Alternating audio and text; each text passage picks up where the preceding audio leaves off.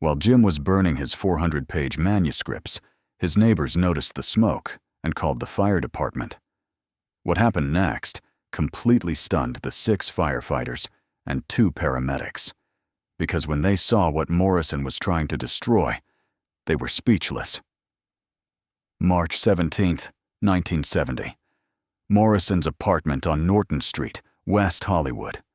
The windows were dark, the curtains closed. He had been locked inside for 3 days, drinking bourbon and reading his own words.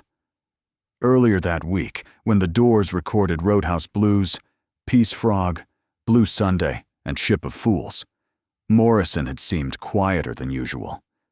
Ray Manzarek had noticed Morrison's hands were shaking that day, but hadn't asked anything. But what none of them knew was that Morrison had written his actual date of death on those pages. It was burning inside the metal trash can in the corner of the bedroom on the 3rd floor of the apartment. Sarah McKenzie, 19 years old. She had already written her suicide note and planned to end it all that night. She had less than 24 hours. Her mother, Linda, and brother Robert knew Sarah read Morrison's poems every night. "His voice is the only reason I'm still here," Sarah whispered. But what was written on those pages, Morrison's struggle with his own darkness, would give Sarah hope. So had Morrison really written something that changed destiny? Before continuing to listen to this story, subscribe to our channel so you don't miss the unknown truths about Jim Morrison and rock music. When Morrison entered his apartment that evening, he had 2 things in his hand: a bottle of Jim Beam and a brown leather bag containing everything he had written over the years. There were 400 pages in the bag. He had written about the days leading up to the Miami concert, the fights with Pamela at Venice Beach, the fear he felt when he first took the stage at Whiskey A Go-Go, and most importantly, how he would die in Paris. Because Morrison knew his death would not be an accident, he had planned it. Morrison had bought that leather bag in 1966 from an antique shop in Venice Beach. The elderly shop owner had looked at Morrison and said that this bag was made for stories. This bag would carry Morrison's entire life, all his pain, all his truths. And now, Morrison would burn the contents of this bag because some stories should never be told. On the night of March 14th, after recording the final note at the Elektra Records studio, Morrison left quietly. Years later, Ray Manzarek would say he saw something different in Morrison's eyes that night. Not emptiness, but resolve. That quiet determination a man takes on when he knows his end is near. Morrison went straight to his apartment on Norton Street, locked the door, and unplugged the phone. For 3 days, no one would hear from him, because Morrison was no longer in this world. In his mind, he was already in Paris, in that bathtub, taking his last breath. On the first day, Morrison only read each page, one by one, slowly, as if reading someone else's life. From his first poems written at UCLA Film School in 1965, to the Doors' early attempts, to details about that afternoon he met Pamela Corson. Morrison's handwriting changed across the pages. In the first pages, it was neat, legible, hopeful. Towards the end, it was shaky, messy, desperate. It was as if 2 different people had written these words, because the Jim Morrison of 1965 was no longer the same person as the Jim Morrison of 1970. Morrison stopped at page 47. This page was about his first kiss with Pamela. Venice Beach, sunset, barefoot on the sand, Pamela's red hair blowing in the wind. Morrison had captured that moment perfectly in words. But now, reading those words, Morrison only felt pain. Because that Pamela was gone, that Jim was gone. Morrison pressed that page to his chest and cried silently. On the second day, Morrison began writing. But this time, it was different. The final chapter. He wrote about how he would get to Paris, what he would say to Pamela, which hotel he would stay at, how he would fill the bathtub, every detail. It was as if a director was writing the script for his own death scene. After finishing each sentence, Morrison took a sip of bourbon and continued writing. The streets of West Hollywood were bustling below. People were walking, cars were passing, life was going on. But Morrison's life had stopped. It stopped on page 387. This page explained why Morrison had to do it, because the creature named Jim Morrison, that leather pants-wearing, drunk, screaming monster on stage, was slowly killing him. And the real Jim, the poet Jim, was losing. Morrison wrote, "Every time I go on stage, I die a little more. Every concert takes a piece of me. I broke something in Miami, and those broken pieces will never come together again. People want to see the Lizard King, but I just want to be Jim." On the third day, Morrison had made his decision. These pages should never be read, because if the world read these words, it would understand him. And Morrison didn't want to be understood. To be understood meant to be forgiven, and Morrison didn't think he deserved forgiveness.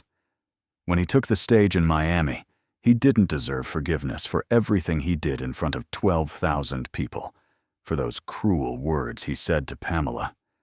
At 7 p.m., Morrison placed the metal trash can in the middle of his bedroom. He opened the leather bag and dropped the first 50 pages into the trash can. He took out his Zippo. This Zippo was the one Pamela had given him in 1967. It had the letters PC engraved on it. But before lighting it, he read it one last time. Page 1, December 8, 1943. Melbourne, Florida. James Douglas Morrison was born, son of Admiral George Stephen Morrison and Clara Morrison. The birth of a boy should have brought joy, but my father never smiled at me. Not once. Morrison flicked the Zippo and touched the flames to the edges of the pages. The paper caught immediately. Smoke began to spread rapidly. Each burning page took a piece of Morrison's past with it. That first poetry reading night at UCLA, the day he got drunk for the first time, the moment he first touched Pamela's lips, the night the Doors played Light My Fire for the first time at Whiskey, a Go-Go. Everything was burning. Morrison added more pages. The Ed Sullivan Show scandal, the Miami arrest, the court days, all ablaze. Morrison couldn't stop now. Page 250, page 300, page 350. The flames rose, the smoke hit the ceiling. Just as he was about to throw page 389, he stopped. This page was different, because on this page, Morrison had written his own date of death, July 3rd, 1971, Paris, France. Rue Beautreilly, number 17, 4th floor. Bathtub. 5 a.m. Pamela is asleep. The water is hot. Breathing slows. The heart stops. Last thought. Finally, I'm free. Morrison read this page and began to tremble, because this wasn't just a guess. It was a plan. Morrison had planned his death, months earlier, every detail. But just then, there was a knock at the door. Fire department, open the door. Morrison panicked. 11 pages hadn't burned yet. Pages 389 to 400, the most important pages. Morrison threw the last pages into the fire, but the flames weren't fast enough. There was another knock at the door. "We're telling you one last time, open the door or we'll break it down." The door was broken down. 6 firefighters rushed in. One held Morrison, while the others began to extinguish the fire. Morrison screamed, "Let me go! I need to burn them! I need to burn them all!" But it was too late. One of the firefighters poured water into the metal trash can, and the flames were extinguished. When the smoke slowly cleared, they thought there was nothing left but ashes. Morrison was crouched in the corner, crying. His hands were burned, but he didn't care. But firefighter Thomas McKenzie noticed something when he looked closely. At the bottom of the trash can, there were 7 pages, crumpled from the wetness but still legible. The pages were numbered 393 to 399, pages containing Morrison's darkest secrets. Thomas took these pages and handed them to Morrison. When Morrison saw the pages, his face turned pale. "No. Burn them," Morrison said quietly. "Please burn them." Thomas looked at the words on the pages. The first sentence froze him. "Dying is easy, living is hard, and I'm tired of doing the hard part." Thomas continued reading the pages. Morrison's plans for Paris, his farewell letter to Pamela, his final words to the band members, and paragraphs explaining why he was doing this. Thomas was 47 years old and had been a firefighter for 23 years. He had seen hundreds of fires, but he had never seen anything like this. A man trying to burn his own life. Thomas folded the pages and put them in his pocket. Morrison screamed, "What are you doing?" "They're mine." Thomas looked at Morrison and said, "No, they're not yours anymore. They belong to people who need those words." When Thomas McKenzie returned home that night, he passed his 19-year-old daughter Sarah's room. Light was shining under the door. It was 2 a.m. Thomas opened the door slightly. Sarah was sitting at her desk, reading Morrison's An American Prayer. Thomas saw tear marks on his daughter's cheek. There were empty medicine bottles on her desk. Thomas's heart stopped.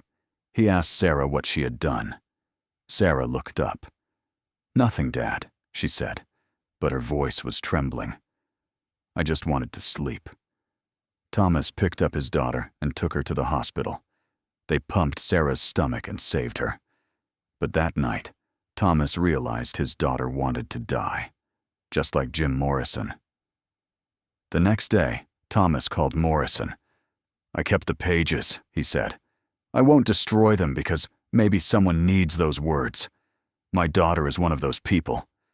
Last night, my daughter tried to kill herself, and she had your book in her hand."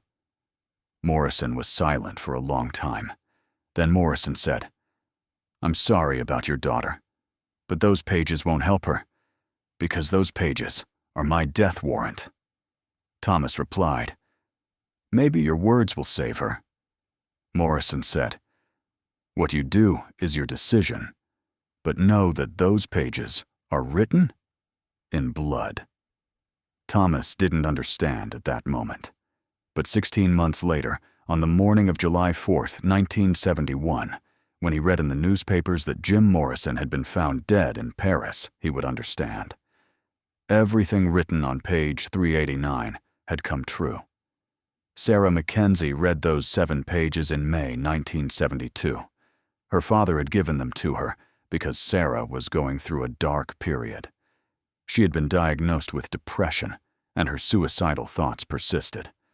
When Sarah read the pages, she understood Morrison's pain, because Morrison felt the same pain. The pain of not being understood, the exhaustion of trying to exist, the weight of everyone's expectations crushing you. Sarah read a paragraph Morrison wrote on page 395. "Sometimes I wake up and don't understand why I'm still breathing, because breathing is so exhausting. Every breath is a choice, and I'm tired of making choices." Sarah felt exactly that. But Sarah read something on page 397 that changed her life. Morrison had written, "If anyone is reading these words, and that person is lost in the darkness like me, know that the darkness does not last forever. I just chose to stay, but you can choose. I ran away, but you can fight. I gave up, but you can resist. If you're reading these words and you're still breathing, you have a chance. I couldn't use that chance. But you can. Please use it. Please live. Because I couldn't live, but maybe my words will keep you alive." Sarah tore up the suicide note that night because Morrison had accidentally taught her a lesson about life. Morrison couldn't save himself, but his words saved Sarah. And that should have been Morrison's true legacy. Words. Morrison was a poet, and poets save lives with words. Sarah went to her psychiatrist the next day and told the truth for the first time.